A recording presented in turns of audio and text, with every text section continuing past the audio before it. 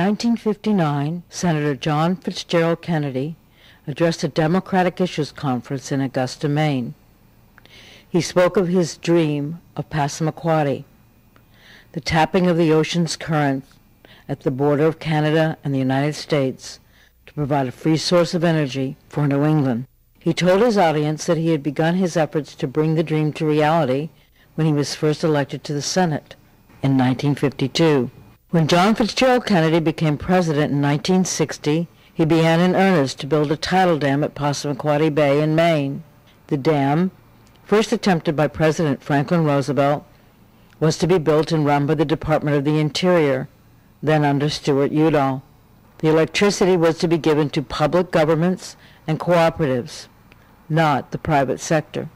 In the speech you are about to hear, delivered by John Kennedy in the Rose Garden of the White House on July 16, 1963, the President announces the completion of the Quoddy study and proclaims his intentions to accelerate the building of the dam. The President's remarks to a group connected with the Passamaquoddy project from the Rose Garden of the White House, July 16, 1963. I'm pleased to meet today with members of the Senate and the House of Representatives from New England to receive and discuss the report on the International Passamaquoddy Tidal Project submitted by Secretary Udall.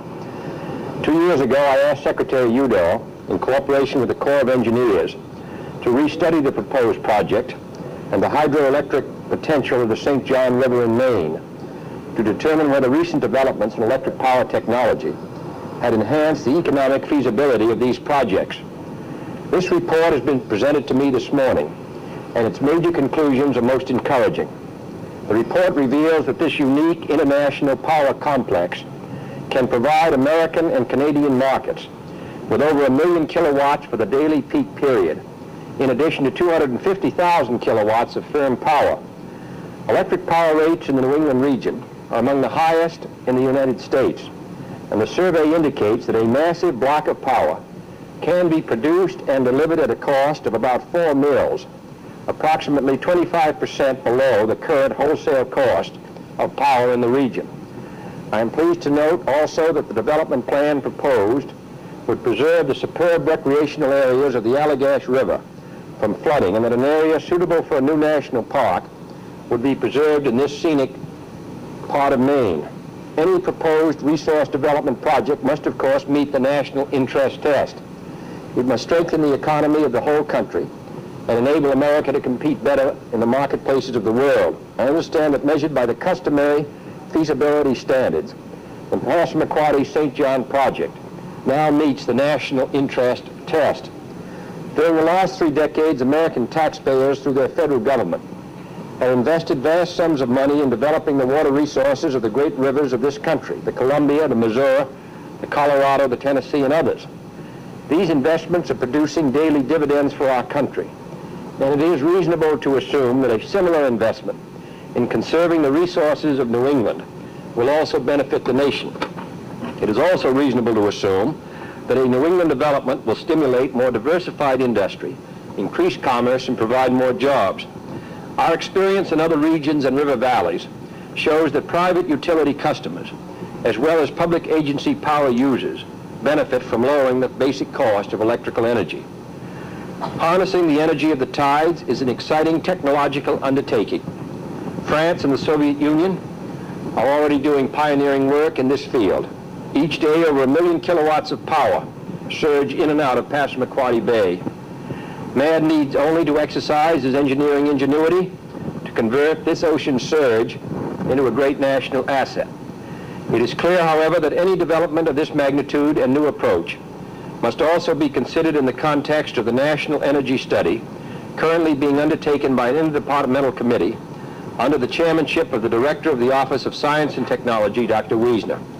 These projects involve international waters, and equitable agreements must therefore be reached with the Canadian government. Therefore, I am requesting the Secretary of State to initiate negotiations immediately with the Government of Canada, looking toward a satisfactory arrangement for the sharing of the benefits of these 2 projects. Also, to full consideration of these proposals, I am directing the Interior Department and the Corps of Engineers to accelerate their work on the remaining studies of details. The power-producing utilities of the United States are second to none in the world. The combined effort of science, private industry, and government will surely keep this nation in the forefront of technological progress in energy and electrical power. I think that this can be one of the most astonishing and beneficial joint enterprises that the people of the United States have ever undertaken. And therefore, I want to commend the Department of Interior for its initiative in working on this the matter of the past 2 years, the congressional delegation from Maine who have been interested in this for many years, and the members of Congress from New England who have supported this great effort. I think it will mean a good deal to New England and a good deal to the country. The report had isolated 4 more spots off the Maine coast for additional tidal installations. The dam had many enemies. In August of 1963, JFK ordered the State Department to begin negotiations with the Canadian government. On October 19, 1963, after a speech in Orono at the University of Maine, President Kennedy ordered Air Force One to fly over the Passamaquoddy Bay en route to see his ailing father in order to publicize the dam. The President's Undersecretary Holm spoke to the AFL-CIO in Boston about the President's, quote, double underlined resolve, unquote, to build the dam. 4 days after the death of our President, the Canadian government recirculated the copy of the Undersecretary's speech, originally sent as a dispatch to their Foreign Affairs Office on October 22, 1963. In early December of 1963, the newly installed President Lyndon Baines Johnson indicated that he would continue to support the dam, but he did not support the dam. After a valiant 2-year effort to save the dam by the Maine public officials and Stuart Udall, the Quoddy project was quashed in 1965.